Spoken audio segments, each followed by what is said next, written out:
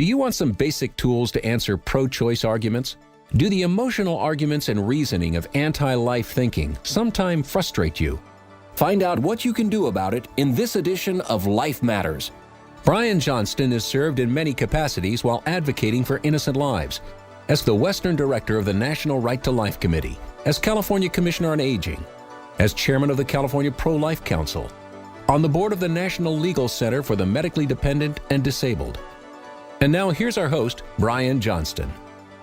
Welcome back to Life Matters. We're going to talk about some extraordinary things today, and I want to prepare you right now with a brief overview of what's really going on. Some strange things are going on in our society right now, and in fact, around the world, in every society. And we want to talk about that. I want to prepare you. I'm going to talk about a Christian principle. This program goes out over Christian radio stations and also over conservative talk stations, whichever station you're listening on, or if you're listening by podcast. The fact is, you need to know that there's something wrong in society, and our society and other societies that kill innocent human beings and say it's legal and right, those are dystopian societies.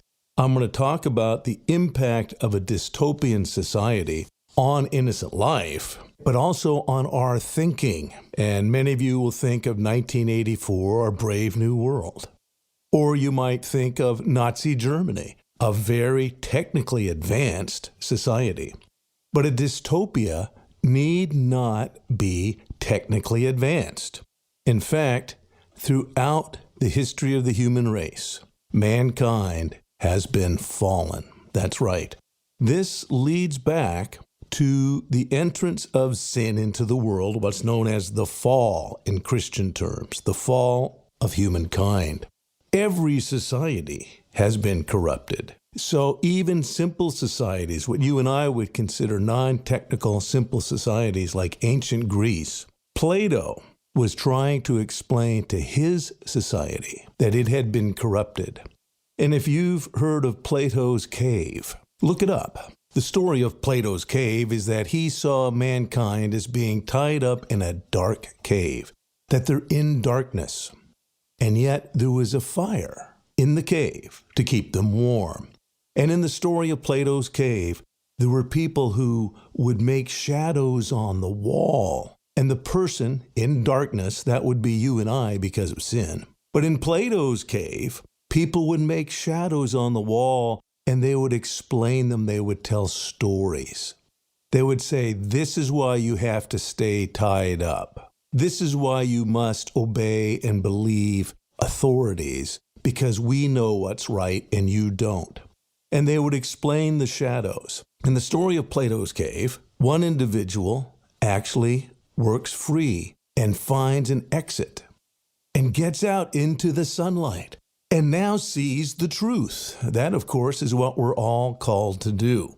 We must continue to look for the truth. In the story of Plato's cave, he is so overwhelmed by the brightness of the sun, he's blinded for a while. He must get used to seeing reality. Now, you and I know this, and I've mentioned it before. If you are a Christian, you're not really supposed to be religious. Christianity, Christ himself said, he came that you might know the truth and it might set you free. Christianity says that God has revealed himself in nature that he created through the sun and stars. In Psalms 19, it says the stars are proclaiming God's handiwork. Day unto day and night unto night, they proclaim God's nature.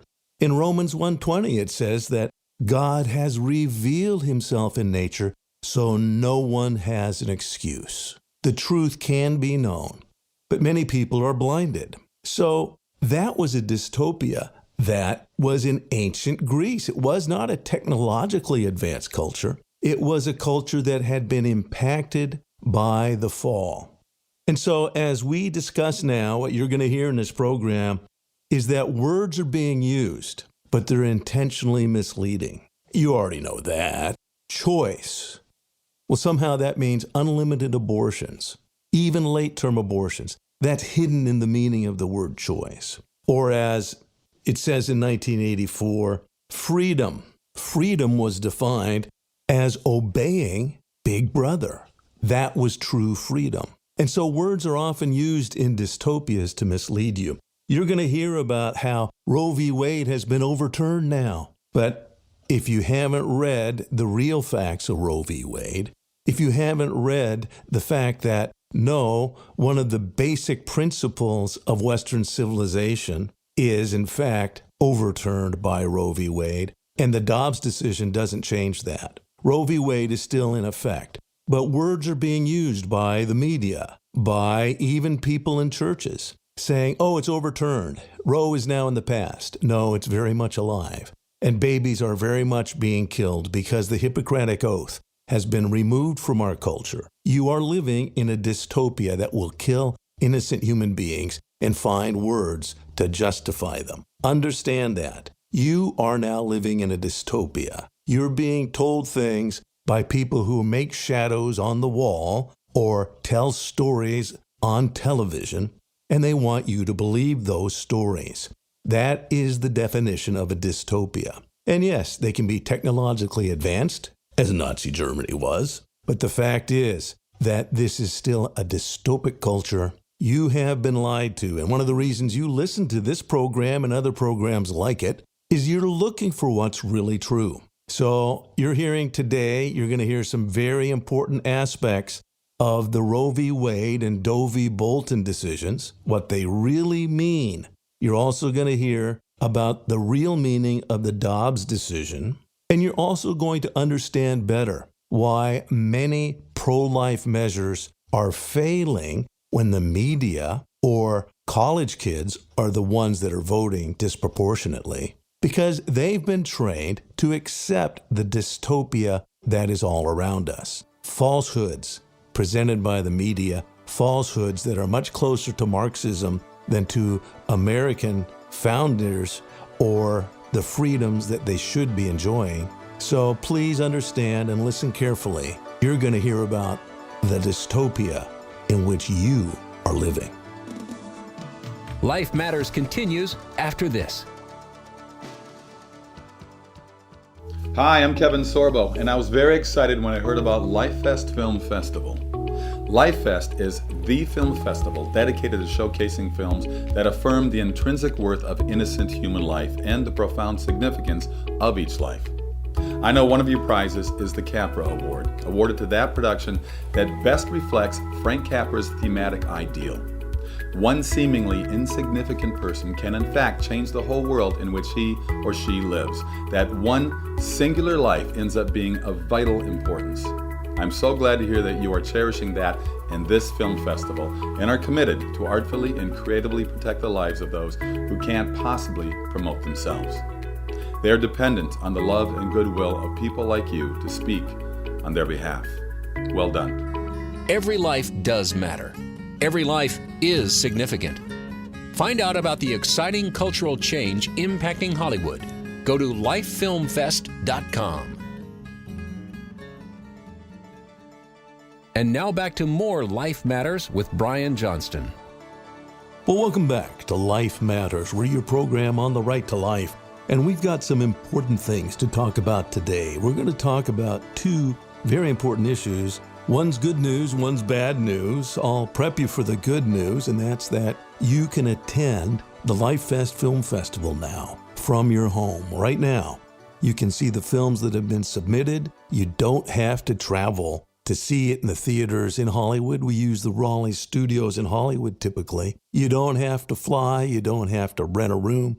You don't have to do all the other expenses. You can watch, and there's a special discount if you want to click and watch these films. I want to remind you the purpose of LifeFest is to encourage pro-life storytelling, stories that affirm the dignity and significance of even the most insignificant life, that every life has value and that innocent life should be protected.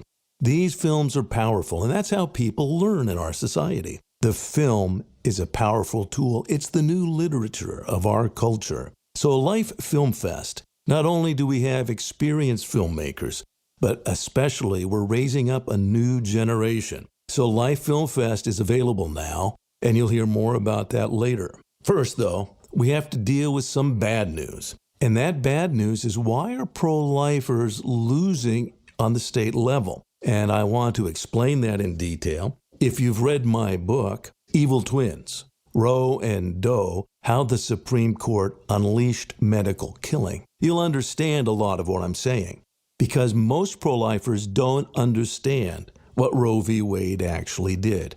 If you don't understand what Roe v. Wade did, listen to what Ruth Bader Ginsburg said about Roe v. Wade. It doesn't give women the right to choose.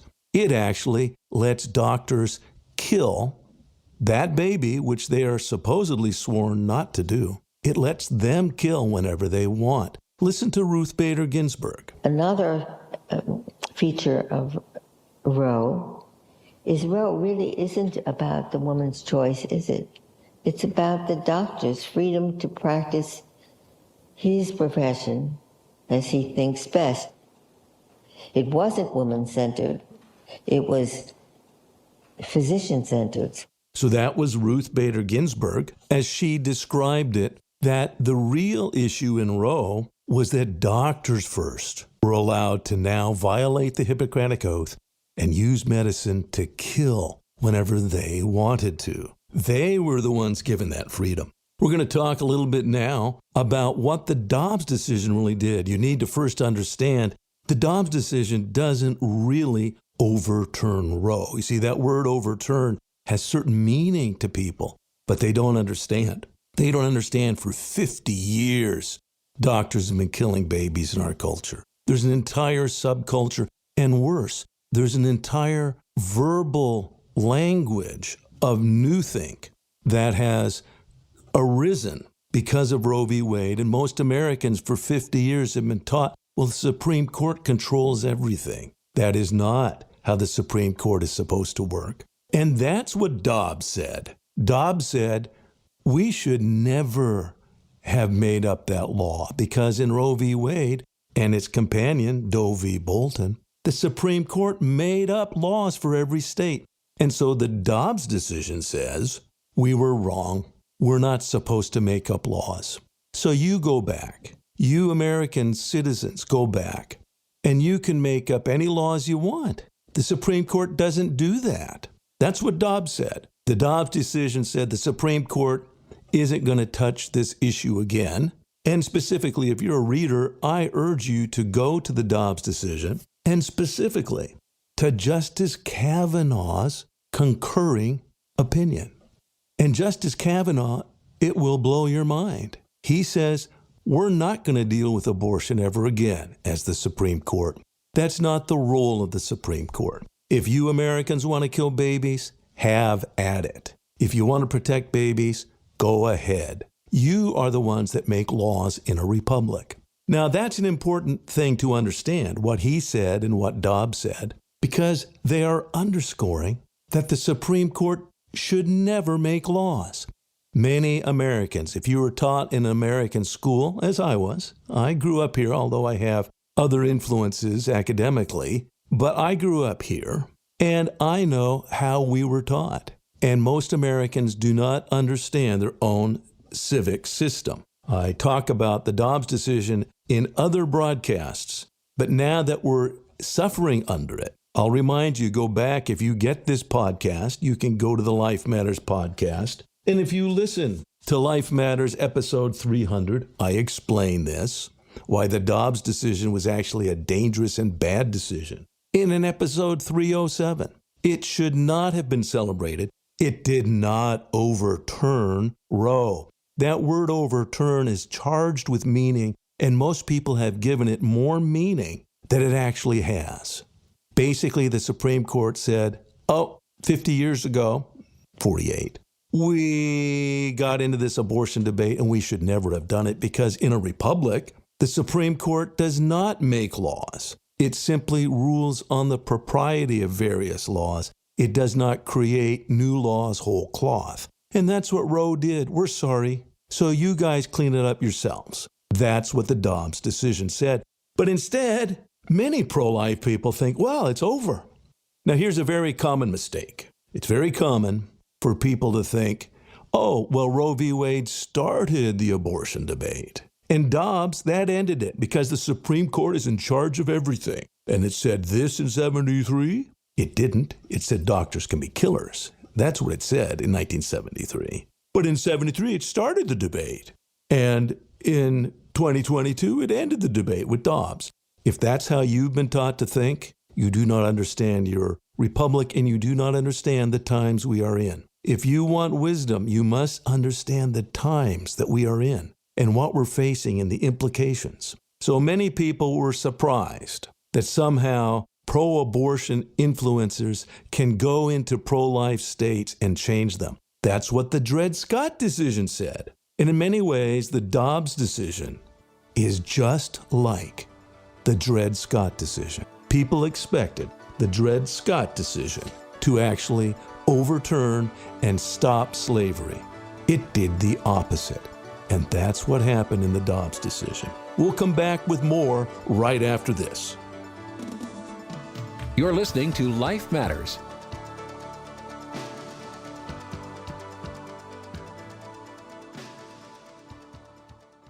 Hello, I'm Mike Lindell, CEO of MyPillow. I support this show, and I would like to offer you our biggest discounts for listening. So please go to our website, mypillow.com, and put in the promo code at the end of this message to get the biggest discounts.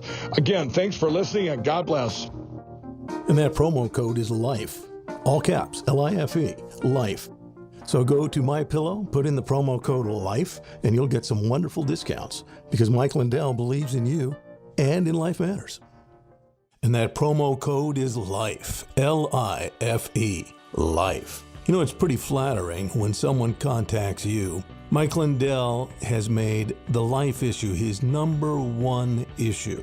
Everybody knows about Mike, and most people know that the issue of life, protecting innocent life, is his number one issue, and he likes Life Matters.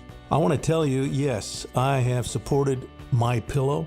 Mike has supported us, but I want to tell you more because it's not just the pillow and the sheets. We have those. I have the towels. They work. They're real cotton. It really is a benefit. It's a blessing to have real products that are made in America. But I want to tell you more because you may know about MyPillow, but do you know about My Store? Mike has so many products. If you go to mystore.com, you will see the many, many other products. Everything. Let me just give you a list of the categories. Automotive products. That's right. Everybody's got a car, and there's a lot of things you need for your car. Obviously, bath products, but beauty products, books and videos, clothing, decor, food and drink. And I'll take a moment now. I got Mike's coffee. I'm a coffee connoisseur myself. And I got his Drip brand coffee, but there's many different types of coffee. He's got other folks' coffee as well. If you have coffee pods, if you've got a Keurig and you need pods, you've got those. He's got other products, Split Rock coffee, Pillars of Patriot coffee, but I actually use Mike's coffee and it's good. I just get the Drip roast. I'm old-fashioned that way and I use a cone filter. But that's just one of many food products that Mike offers at My Store. And if you use the promo code LIFE, L-I-F-E, it supports Life Matters. It helps keep us on the air. So he's doing a good thing for America. You know that. You can't go very far on television or radio and not hear about Mike Lindell. But there's other products, again, at My Store, at mystore.com. Kitchen and dining products, household essentials. There are, of course, patriotic products, religious products, toys and games, home improvement products. Go to mystore.com. Use the promo code LIFE, L-I-F-E. And again, a special thanks to Mike Lindell. You know, Mike Lindell has really, like our founders, he's pledged his life, his fortune, and his sacred honor to uphold our Constitution. That's a very American thing to do. So I appreciate Mike Lindell, and he appreciates you if you believe in the right to life. What we do at Life Matters, we want to equip you with a deeper and practical understanding of what the right to life is and what you can do about it. And Mike Lindell believes in that. So go to mystore.com, not just MyPillow, but at mystore.com, enter the promo code LIFE, L-I-F-E. That helps Life Matters, it helps America, it helps Mike Lindell, and it helps our nation move forward for life. And now back to more Life Matters with Brian Johnston. Welcome back. I want to remind you, we've been talking about the right to life. We've been talking about the recent failure in the various state elections. And part of the reason is that both the Republican Party, we don't expect them to fully understand the life issue, but they say they support it. Both the Republican Party and many in the pro-life movement do not understand what Roe v. Wade actually did. Roe v. Wade and its companion decision, Doe v. Bolton. And they don't understand what the Dobbs decision did. The Dobbs decision did not overturn Roe v. Wade. It basically was just like the decision that started the Civil War, which was the Dred Scott decision. And the Dobbs decision said, hey, if you guys want to protect human life in your state by ending slavery, that's great.